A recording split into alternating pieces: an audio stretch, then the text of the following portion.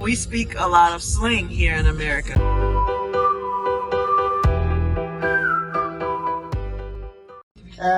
Hello, tell me your name. Imani. Imani, where are you from? I'm from Bishopville, South Carolina. And how do you feel today? I feel great, amazing, Wow. because I'm alive. Okay. So, Imani, why is it different the English people speak when they learn the language abroad compared to the ones you speak here in America? Well, we speak a lot of slang here in America.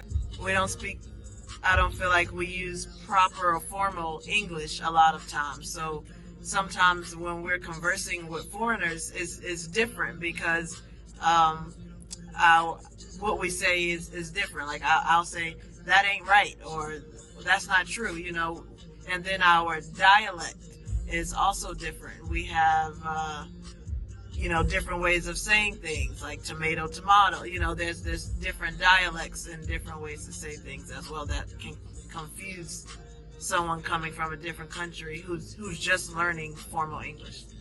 And can you give me some example of what you're saying? I'm gonna tell you, for example, I always say I want to go. Before coming here, I want to go to the coffee shop. How do you say that? I wanna go. I wanna go. So why do you say that? To make it fast? To make it fast is because, well, in the South we say that. We'll say things like that. Wanna, ain't, what else do we say? We say a lot of the yes ma'am, no sir. Those are things that are also, I guess, north versus south, or depending on the area of the United States that you're from, you're going to say different things. Let's say, for example, I'm using the music which is not good. How would I say that? It's ratchet. Why is it ratchet? Because it's saying things that you don't normally, or it's not proper to say, but it's being said. Yeah. And why people listen to that type of music here in America? Because it's popular. It's easy to vibe to dance to. It's catchy. It's catchy. So what is vibe? Vibe? Vibe means that you can feel it. You can feel it. So, and do you find difficult to understand foreigners at the very beginning?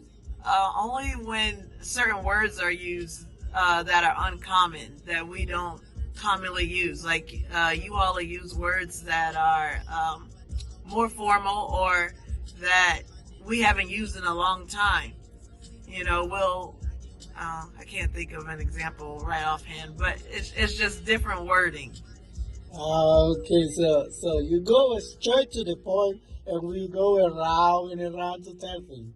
Or you use words that we don't normally use, like instead of saying someone is poor, you guys might use destitute, but we'll use poor because that's what we learned. But you all will use words that are more formally in the dictionary for those words, more educated words, more formal words. Well, we'll say it's just poor. That's a poor person. So the other day I was listening to someone talking, and he used an expression. It was not my cup of tea. What would you say about that expression?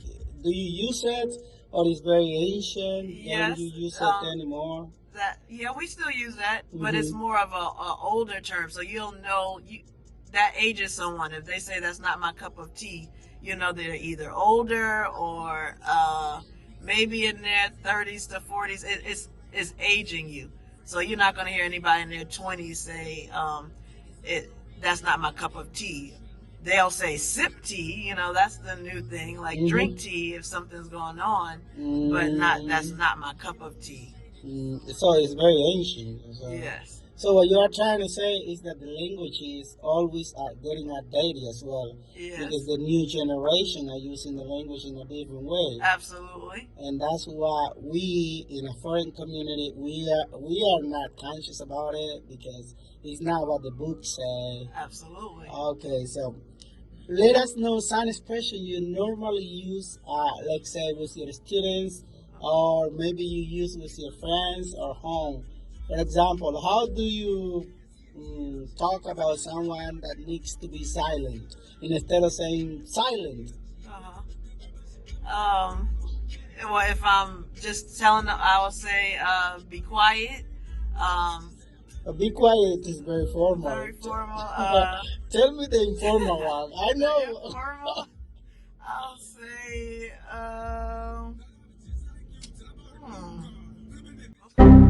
So now you're becoming formal and conscious about what you're gonna say. now I would say, or shut or something like that. You know, if you really want to tell them to be quiet, informally. Yeah. So because a lot of teachers just say hush.